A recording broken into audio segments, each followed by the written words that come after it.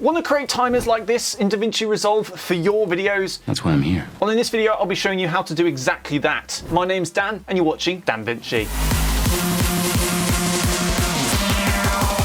Okay, so now we're in DaVinci Resolve, let's get started. So the first step is to go over to your effects. If the effects isn't showing, just click on the top here and it'll appear. Go over to titles, click on it, and then I find it's easier. I've got plugins right now in my titles, so it's easier just to search text.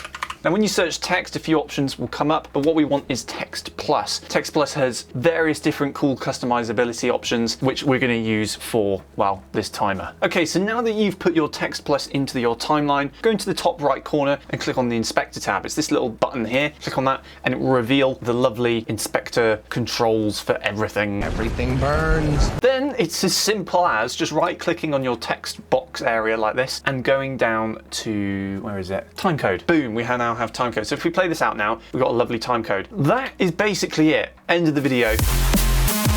There's a lot more that you can do here and I'm going to show you it, but if this is all you want, you're done. So let's say you want to shorten the timer down because at the minute it's quite long. It's got hours, minutes. Well, in Fusion in the top right corner in the Inspector tab, you want to go over to modifiers and then here you can just literally select and deselect the various different options that you want. So really, really simple. I don't know why this isn't in the Text Plus bit when you turn the Text Plus into a timer, but you know, it's there. I just realized and remembered that there is another way that you can do this. In the edit page in the Inspector tab, you can go down to right on and then just literally drag it along like this and it will reduce the size of it. It is technically still there, but it's you can't see it, so technically it isn't there. There you go. If you click play now, there you go. That's simple. Oh, it's simple. Another quick tip is when you've created the timer, any point passed on the right here is positive, anything to the left is negative. So when I stretch this out, this will be minus, and anything beyond that point where I created the Text Plus will be positive or whatever. I'm not sure if I'm using the right English, but there you go. You understand, it's there. Moving on.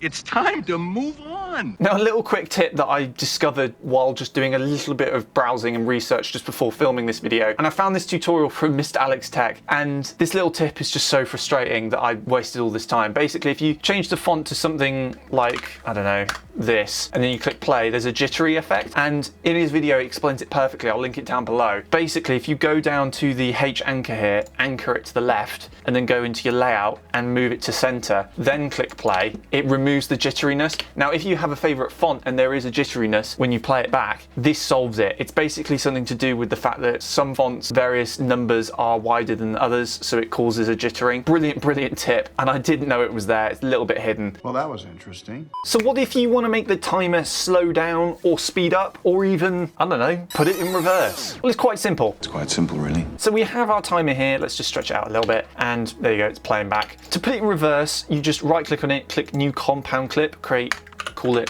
timer, I guess. I don't know. You can call it whatever you want. You can call it dog or Dyson vacuum cleaner. You can call it anything, but I'm going to call it timer. Once you've created the new comp, you can just modify this completely. So you can't now stretch this out because it's a compound clip. To modify it and make it longer after you've done this, you can right click on it, click open timeline, and then just stretch this out. And then when you jump back into your timeline, you can stretch the comp out to however long it is. But to put it in reverse, just click R on your keyboard and it'll open up this change speed, or you can right click and do, where is it? Speed, retime speed. No, it's not that one. Where is it? Change speed. That one. And then what you can do here is, let's say we want to put it in reverse. You can click that, and now it's a countdown to 0, which is fantastic for creating atmosphere in your videos. And then obviously if you want to slow it down, just click R on your keyboard or bring up the change speed again and just put it down to whatever you want. Let's do 50.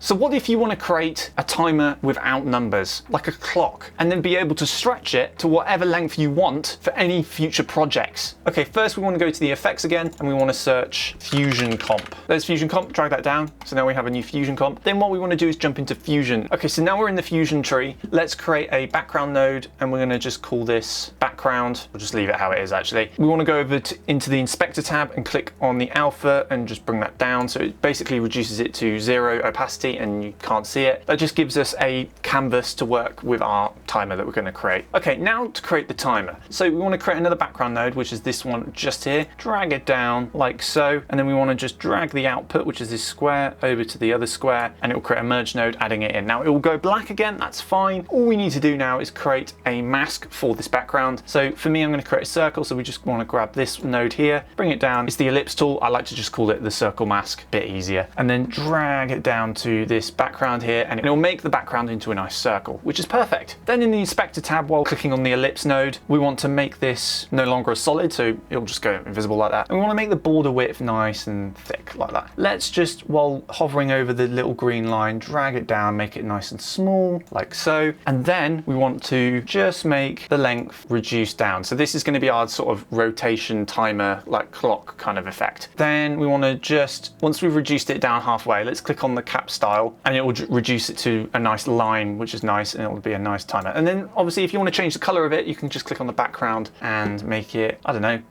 let's make it red. Now if there's a little circle in the middle like this, you just need to reduce it down a little bit. There you go, perfect. It's perfect.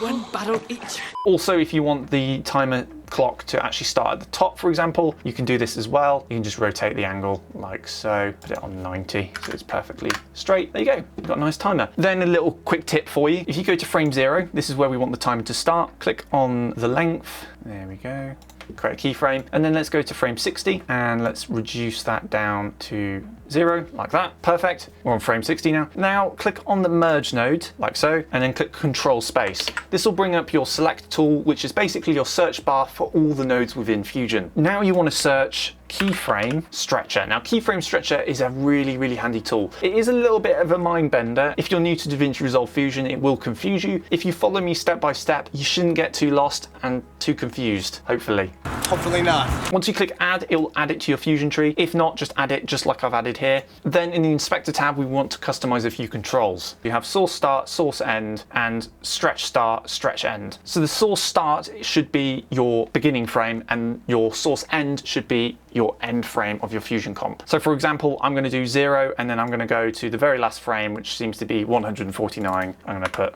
149. Fantastic. Lovely. The stretch start is basically when the keyframe stretcher starts to stretch the keyframes and create more keyframes. You'll see what I mean. I started my first keyframe at keyframe 0, so I'm going to put this on keyframe 0, and then it was, I think, frame 60, maybe 61. Let's do 61. There you go. So now you can see here it's going quite quickly, but if we stretch this, it'll go much slower. There you go, magic. It's magic. And there you have it. You've created two really cool timers that are completely different to one another, but you know, look awesome. I hope you've enjoyed this video. It's been a really good one. Feel free to subscribe. It's incredible how much this channel has grown over the course of the past 10 months. It's been amazing. My name's Dan, and you've watched DanVinci. I'll see you in the next one. Goodbye.